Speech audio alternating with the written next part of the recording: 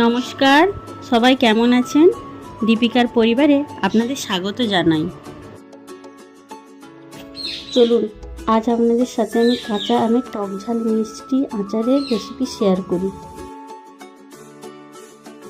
প্রথমে আমি এখানে একটা ভাজা মশলা তৈরি করে নিচ্ছি। দেখুন, প্রথমে 5 ফোড়ন 2 চামচ, জিরে 2 চামচ, শুকনো লঙ্কা 3টে শুকনো কড়াই ভেজে নিচ্ছি। তারপর আমি শিলনোড়াতে এটা গুঁড়ো করে নেব। আপনারা মিক্সিতে গুঁড়ো করতে পারেন। মশলাটা গুঁড়ো হয়ে গেলে একটি পাত্রে তুলে নিয়ে মশলাটা ঢেকে রেখে দেবেন, না হলে মশলার যে গন্ধটা ওটা চলে যাবে। এবার একটা প্যান বসিয়ে তাতে সরষের তেল দিয়ে নিলাম।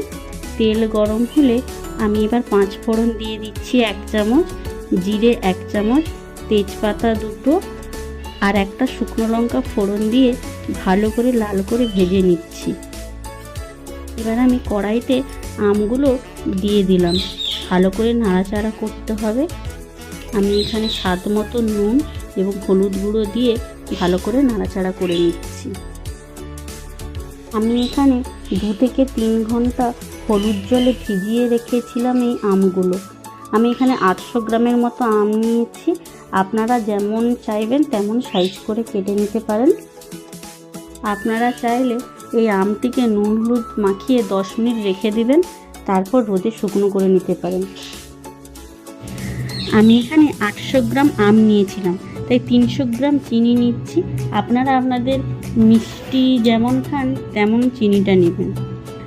চিনি দিয়ে ভালো করে নাড়াচাড়া করতে হবে এবং গ্যাসের আঁচটাকে লো রাখবেন, তাতে কালার ভালো আসবে।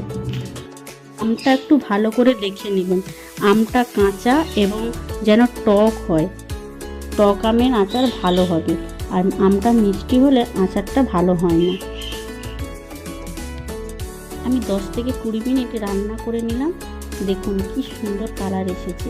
এবার আমি যে মশলাটা ভেজে রেখেছিলাম ওই মশলাটা দিয়ে দিচ্ছি, আর এলাচের গুঁড়ো একটু দিয়ে দিলাম। এই আচারটাতে আমি জলের ব্যবহার করছি না, তাই গ্যাসের আঁচটাকে একদম লো রেখে রান্না করতে হবে। গ্যাসের আঁচটা বাড়িয়ে দিলে কালার আসবে না একদম। দেখুন তৈরি হয়ে গেল টক ঝাল মিষ্টি আমের আচার। আচারটিকে অনেক দিন ধরে রাখার জন্য একটা কাঁচের জারে ভালো করে ধুয়ে রোদে শুকিয়ে নেবেন এবং সরষের তেল ভালো করে মাখিয়ে দেবেন। তাতে আচারটা অনেক দিন পর্যন্ত সংগ্রহ করে রাখতে পারেন। সবাই ভালো থাকবেন, সুস্থ থাকবেন এবং সাবধানে থাকবেন। ভিডিওটি কেমন লাগলো তা অবশ্যই কমেন্ট করে জানাবেন। ভালো লাগলে লাইক ও সাবস্ক্রাইব করে দেবেন।